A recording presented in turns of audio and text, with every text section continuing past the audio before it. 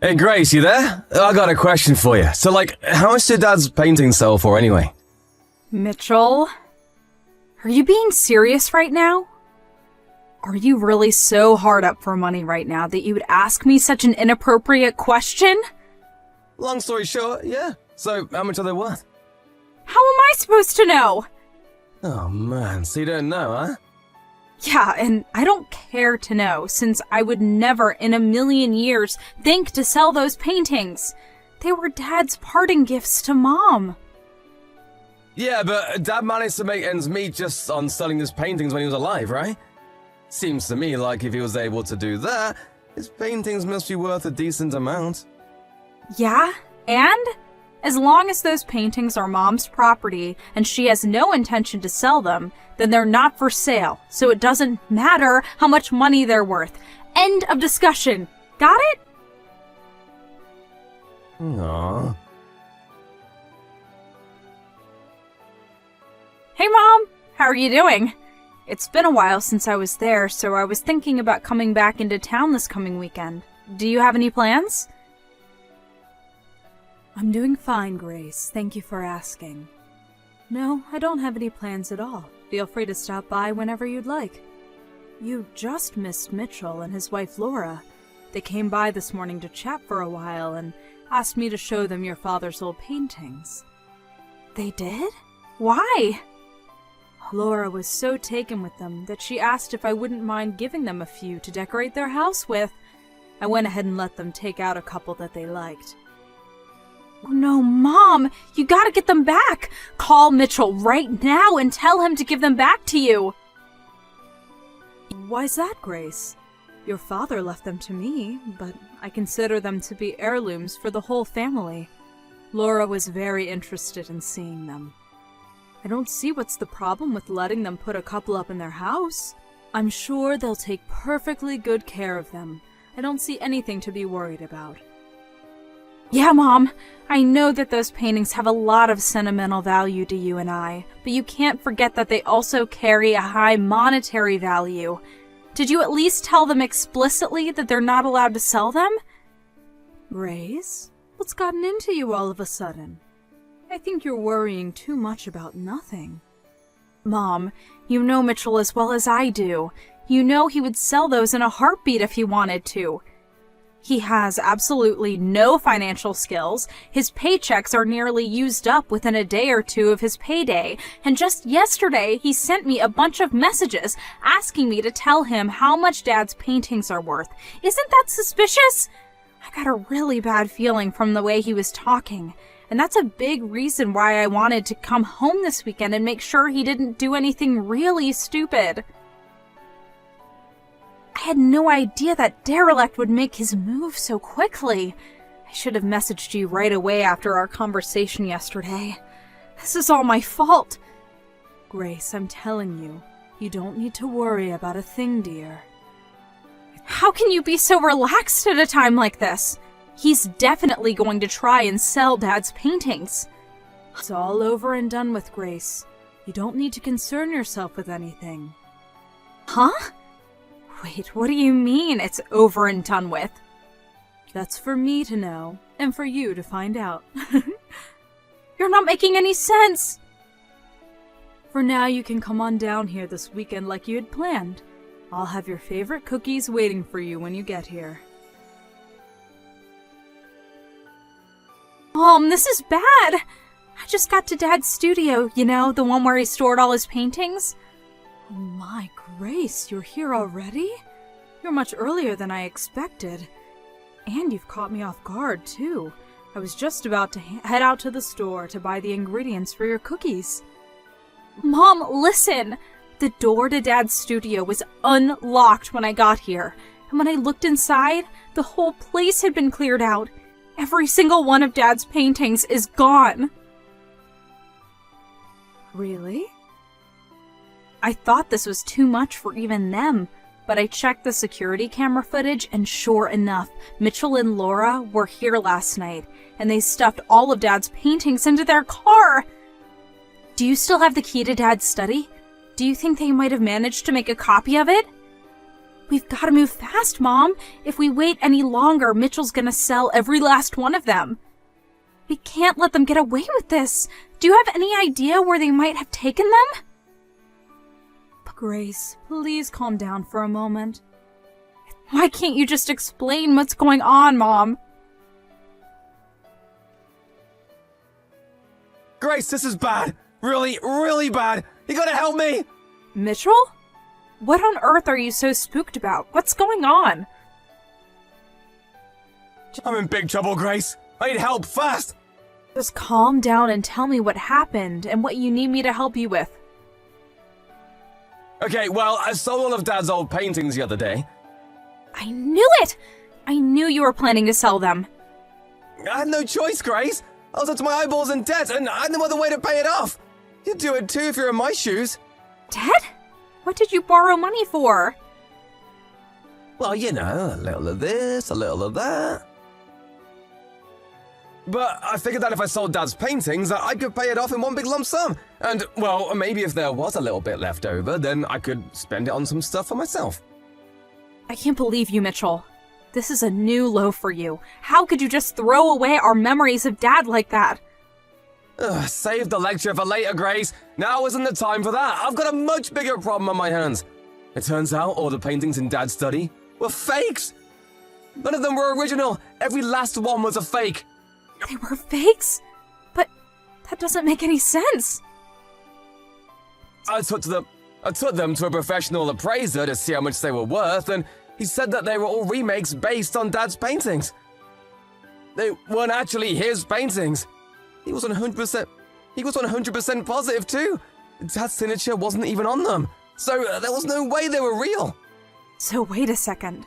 All of the paintings that Dad kept stored in his study, they were all fakes? Yes, that's what I've been trying to tell you. The appraiser said that they were all copies that were made digitally, then printed off by a computer and placed into a frame. And even the frames were cheap knockoffs. The story is getting weirder and weirder. I know, right? I'm still in shock. I can't believe it. Give me a few minutes, Mitchell. I'm going to talk to Mom for a second. I'll be right back. Hey, Mom, where are you right now? Oh, hello, Grace. I'm at the art museum. There's an exhibit going on with pieces from an acquaintance of mine. An exhibit? Yes, for an artist who was classmates with your father back in art school.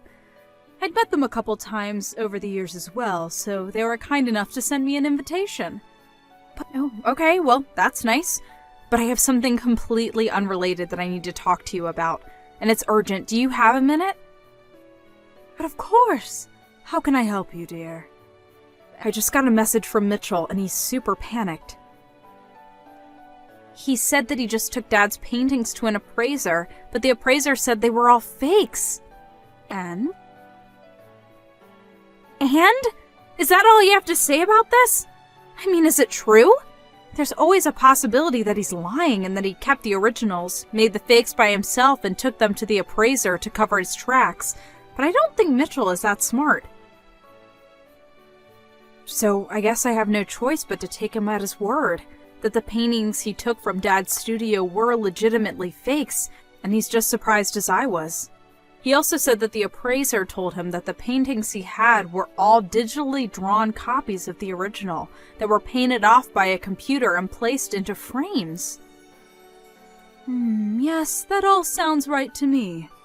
So, and this is just a guess here, but the fake copies that Mitchell and Laura took from Dad's studio, you made them, didn't you? And the painting that you said you gave them yourself a few days earlier, that was another one of your drawings, right? You're a clever girl, Grace. Well, it seemed like a logical conclusion. I knew that you worked as a background illustrator for an advertising firm back in the day, and I thought you had said something about using drawing software with a computer rather than a pen and paper. So, since neither I or Mitchell have any artistic talent whatsoever, the only other person who had both access to Dad's studio and had an art background was you, Mom. You figured that out all by yourself? Truly impressive, dear. Okay, now that that's out of the way, the last remaining question is, why did you do all that? To be honest, I felt that this would be the only possible way to teach that boy a lesson that would set him straight. Go on. It's been a hobby of mine for the last several years to take your father's paintings and do my best to recreate them digitally. Once I felt like I was getting better at copying them, I started printing them out onto full-size paper and placing them into frames to compare them side by side with the real ones. Then, the other day, your brother Mitchell came by, saw one of my most recent copies, and apparently couldn't tell the difference between it and the real one. Oh, is that the one you gave him? The one you messaged me about? Yes, that's the one. They were raving about how beautiful it was and complimenting your father's artistic ability. They seemed so convinced that it was the real thing that I just didn't have the heart to tell them otherwise. They must have taken my key to the studio and copied it when I was packing the frame into the box for safe transportation. And then, the day you came back into town, they waited until I had left the house to go into your father's studio and take all the paintings they thought were real. After that, they went down to the appraiser's place to have them looked at, and the rest is history. By the way, the appraiser they went to also happens to be a friend of your father's, and he called me after Mitchell and Laura left his office to tell me that they had brought my drawings to his store. Wow, you knew the appraiser? I guess that makes sense. It's not a very big art community around here. Yes, your father was quite the popular artist. I'd be surprised if there were any appraisers he wasn't friends with. Your father was quite a shrewd man as well. He foresaw the possibility that Mitchell would try to sell his paintings and made preparations to cut him off at the pass. He sent out messages through his colossal network of connections in the art world and made sure that any time any person tried to sell one of his paintings, that they would contact me immediately. Looks like his plan was a resounding success. Yeah, that explains why the appraiser called you. I was wondering about that. Indeed. Mitchell and Laura were still at his office when he called, so I had him tell them that the appraisal would take some more time and send them back home. Then, just today, I had him call Mitchell back and tell him the news, that he couldn't buy the paintings from them because they were fake. My guess is that Mitchell messaged you after getting off the phone with the appraiser. You said he sounded panicked. Wow! I'm really impressed. I never would have thought both you and Dad had planned for such an occasion as this. Oh, and by the way, don't worry about my paintings. The appraiser had them all returned to your father's art studio. And as for the originals, I've had them stored in a much more secure location for years now, so you don't have a thing to worry about, Grace. They're completely 100% safe. Okay, well, that does make me feel a lot better. But that still leaves the issue of Mitchell and Laura's debt. He told me that he was in debt up to his eyeballs and was planning to sell Dad's paintings in order to pay it all off. Yes, and I think it's high time I took care of that boy once and for all. What do you mean, Mom? It's just like I told you before, Grace. That boy's life took a turn for the worse ever since he married that awful Laura woman. I warned him not to marry her, that she would be a bad influence on him, but did he listen to his mother? Of course not. And look at him now, tens of thousands of dollars in debt that he used on exotic trips, fancy dinners, and casinos. Casinos? You mean he went into debt so he could gamble? I take back what I said about him. It's not that he has no financial skills. He's just an irredeemable moron. Good grief!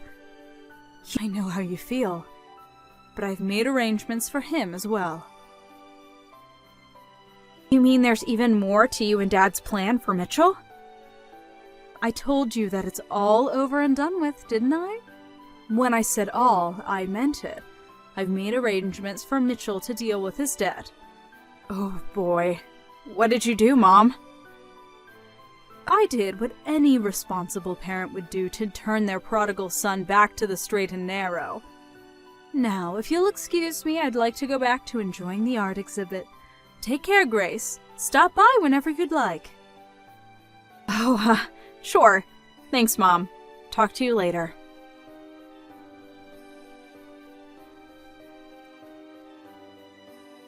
Grace, you gotta help me! What is it this time?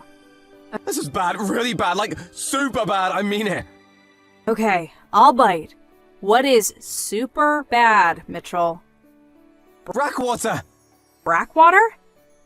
A black panel van just pulled up in front of our house and a bunch of guys with ski masks jumped out. They're saying they're with the Brackwater Company. Oh, they're the military contractor that Mom's cousin worked for a few years ago, right? That actually makes perfect sense. Now I know what Mom meant when she said she had made arrangements for you. Wait, what do you know about this, Grace? Tell me, please, and fast! They're a military contractor that operates in a lot of foreign countries that are in various states of civil unrest, and it seems like they've found their two newest recruits. Recruits? I didn't sign up for anything. Well, I have good news and bad news. The good news is it looks like Mom found you a job where you can work up all the debt you built up. The bad news is you might not be alive long enough to enjoy the debt-free life you've been dreaming of. You mean I might die? This can't be happening. Grace, you have to do something, help me! You think I'm gonna put myself on the line against Brackwater? Sorry, but I have better things to do than go up against a mercenary group like them. Didn't you watch the news? Every time someone tries to blow the whistle about their activities, they end up dying in strange circumstances. Grace, you can't let them take me, can you? Actually, I can. And I will. Grace! No! I really had Mitchell going with the whole Brackwater bit, didn't I? Well, unfortunately, the people who came to pick him up weren't a shadowy mercenary group. They were from a live-in work education program for derelict adults. Mom was aware they were coming to pick up Mitchell and Laura that night, and she pulled up in her car right after they did. Mitchell and Laura were already loaded into the van when she got there, and she was greeted to a chorus of bangs on the van walls and muffled sounds of terrified screams. She spoke to the leader of the team the two of them would be inducted into for a while about what sort of work they'd be doing over the next year, then turned and walked over to the van. Mitchell had a gleam of hope in his eye when he saw Mom coming, thinking she was going to save him from the terrible fate that awaited him.